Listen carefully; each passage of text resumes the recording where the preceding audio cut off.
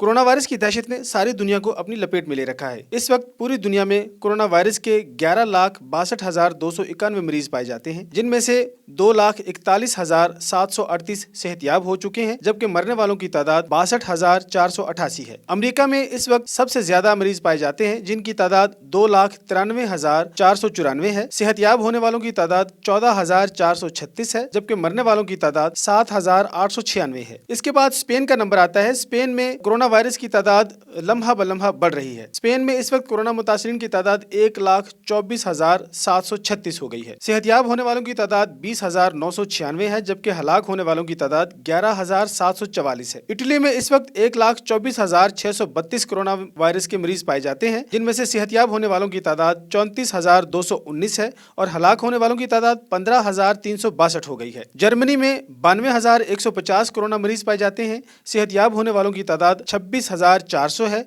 और हलाक होने वालों की तादाद 1,330 है। चीन में 81,639 कोरोना मरीज हैं। सेहतयाब होने वालों की तादाद 76,755 है और हलाक होने वालों की तादाद 3,326 है। ईरान में 55,743 कोरोना मरीज पाए जाते हैं। सेहतयाब होने वालों की तादाद 19,736 है और हलाक होने वालों की तादाद 3,452 है। पाकिस्तान में कोरोना मरीज लम्हा ब लम्हा बढ़ रहे हैं। पाकिस्तान में कोरोना मरीज की तादाद 2,724 तक पहुंच चुकी है और हलाक होने वालों की तादाद 41 है। पंजाब में 1,087, सिंध में 839, KPK में 334, बलोचिस्तान में 175, गिलगित बल्तिस्तान में 193, आजाद कश्मीर में 12 और इस्लामाबाद में इस वक्त 75 कोरोना मुतासिरीन पाए जाते हैं। हलाक होने वालों की तादाद पंजाब में 12 है, सिंध में 14 है, KPK में 11 है, बलोचिस्तान में 1 और गिलगित बल्तिस्तान में 3 है। गुफरान अहमद चिश्ती, हक न्यूज, इस्लामाबाद।